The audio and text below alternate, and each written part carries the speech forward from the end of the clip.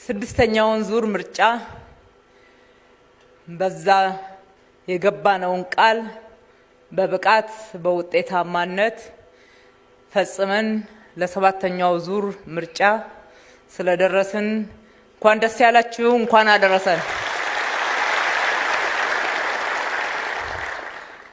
አስጀምሮ ያስጨረሰን እንዲሁም ያደረሰን ፈጣሪ አምላክ ምስጋናና ክብር ይሁንለት።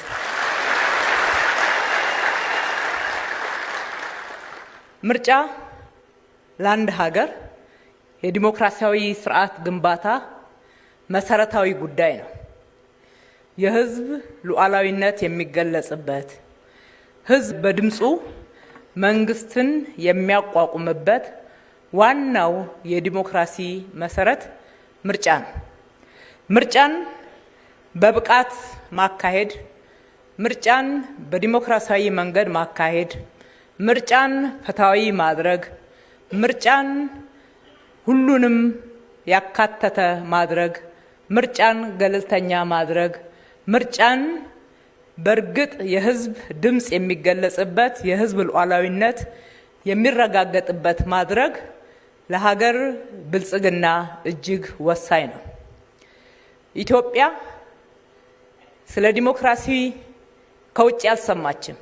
በዲሞክራሲያዊ መንገድ ስልጣን መያዝን፣ ስልጣን ማስረከብን፣ መረከብን፣ የስልጣን ሽግግር ማድረግን ለዓለም ያስተዋወቀች ድንቅ ሀገር ነበረች። ነገር ግን በሂደት ከከፍታዋ እየወረደች ስልጣን በምርጫ ሳይሆን በጉልበት የሚያዝበት፣ በመፈንቅለ መንግስት፣ በተለያየ የህዝብ ሉዓላዊነት በማይገለጥበትና ባልተገለጠበት መንገድ ስልጣን ሽግግር ስታረቅ ቆይታ ትልቅነቷን እያጣች እጅግ በጣም ወደ ኋላ የጎተታትን ታሪክ እየሻረች ትላንትናን እያከመች ነገን እየተለመች በመጓዝ ሂደት ላይ ገብታለች።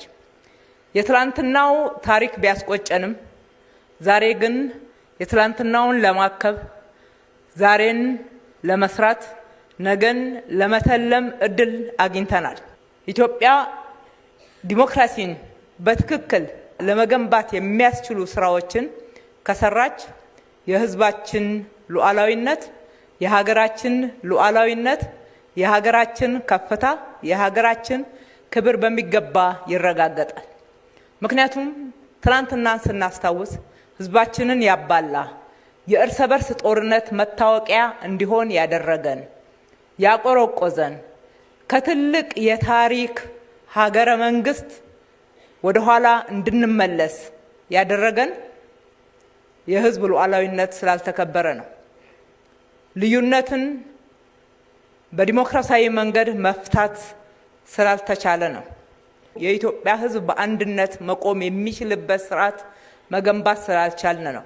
ከሁሉ በላይ ከእርስ በርስ ጦርነት በቀላሉ መላቀቅ ስላልቻልን እንደሆነ ታሪካችን ያሳያል። ትላንት ሀገር ያልነበሩ የሀገረ መንግስት ታሪክ የሌላቸው ሀገራት ከኋላ መጥተው ታላቅ ሀገር እስከ መባል ድረስ የበቁበት፣ ኢትዮጵያ ግን ከዛ ትልቅነት ታሪክ ወደ ኋላ የተመለሰችበት አንዱና መሰረታዊ ነገር የዲሞክራሲ ጥያቄ በትክክል ባለመመለሱ ነው።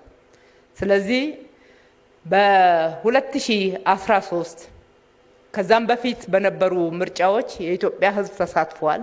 የ2013 ምርጫ ግን የኢትዮጵያ ህዝብ በተለይም የከተማችን የአዲስ አበባ ህዝብ በድምጼ ነው መንግስትን የምመሰርተው፣ ስልጣኑ የኔ ነው የሚል እምነት ለመጀመሪያ ጊዜ ከልቡ አሳድሮ ዝናብ ሳይል ቀን ፀሐይ ሳይል ሌሊት ሳይል ቆሞ በድምፁ መንግስት መመስረት ችሏል። ይሄ አንዱ የምንኮራበት ትልቅ ጅማሮ ህዝብም በራሱ በመተማመን በትክክልም ደግሞ ሉዓላዊ ስልጣን ባለቤት ነኝ ብሎ በማመን መፈጸም መቻሉ አንድ ትልቅ መሰረት አድርገን መውሰድ እንችላለን። በዚህ ላይ በሚገባ መሰረቱን መገንባት ስለሚገባን በምርጫ 2013 ወይም ደግሞ በስድስተኛው ዙር ምርጫ የገባነውን ቃል ያለምንም መታከት ያለምንም መድከም በብዙ ፈተናዎች ውስጥ ሆነን ስንፈጽም ቆይተናል። ይህንንም በማድረጋችን እጅግ በጣም ደስ ይለናል። ምክንያቱም ስራን ሰርተን ውጤት ማግኘት ብቻ ሳይሆን ይሄ ማለት የህዝብ ሉዓላዊነትን ማክበር እንደሆነ በሚገባ ተረድተን ነው። ለህዝብ የገባነውን ቃል በታማኝነት መተግበር ለዲሞክራሲ ስርዓት መገንባት ያለውን ትልቅ አስተዋጽኦ በሚገባ ስለምንረዳ ነው። ለህዝባችን የተለያዩ ፈተና አጋጥሞናል የሚል ምክንያቶችን መደርደር አልፈለግንም። ፈተናዎችን እያለፍን ለህዝባችን የገባነውን ቃል አልቀን መፈጸም ችለናል። ዛሬም በዚህ ዓመት በ2018 በሰባተኛው ዙር ምርጫ ለህዝባችን ቃል የምንገባው ከተመረጥ በታማኝነት እጅግ በጣም በላቀ አፈጻጸም መልሰን ለህዝባችን የገባነውን ቃል ፈጽመን እነሆ እንደምንል ነው። ከገባነው ቃል አንሸራረፍም።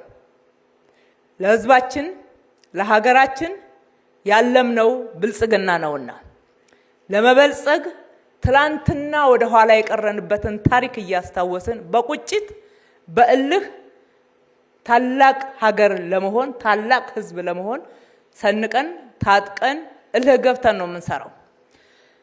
ዛሬም የምርጫ ምልክታችንን የስንዴ ነዶ አድርገን ስናቀርብ የስንዴ ነዶ የመደመር ምልክት ነው። የስንዴ ነዶ የአንድነት ምልክት ነው። እያንዳንዷ ዘለላ በዛ ውስጥ የተደመረውን እቅፍ የሚሞላውን የተሳሰረውን ሁኔታ ስናይ የህዝባችን አንድነት፣ የህዝባችን አብሮነት፣ የህዝባችን በጋራ ሆኖ መስራት ለሀገራችን ብልጽግና እጅግ ወሳኝ እንደሆነ ብልጽግናም እንደ ፓርቲ ይሄንን ለማረጋገጥ እንደሚሰራ ቃል በመግባት ነው። ኢትዮጵያ የምትገነባው በኢትዮጵያውያን በተባበረ ክንድ ነው። ብልጽግናን የምናረጋግጠው በሁላችንም ከሁላችንም ለሁላችንም ነው። የኢትዮጵያ መበልጸግ የሚጎዳው ኢትዮጵያዊ የለም፣ ሊኖርም አይችልም። ኢትዮጵያን የተምሳሌት ሀገር እናደርጋታለን፣ ወደ ተምሳሌት እናሸጋግራታለን ስንልም ኢትዮጵያን እናበለጽጋታለን። መዳረሻችን ብልጽግና ነው። ይሄ የስንዴ ነዶ የመደመር ምልክት ነው፣ የአንድነት ምልክት ነው፣ የሉዓላዊነትም መገለጫ ነው።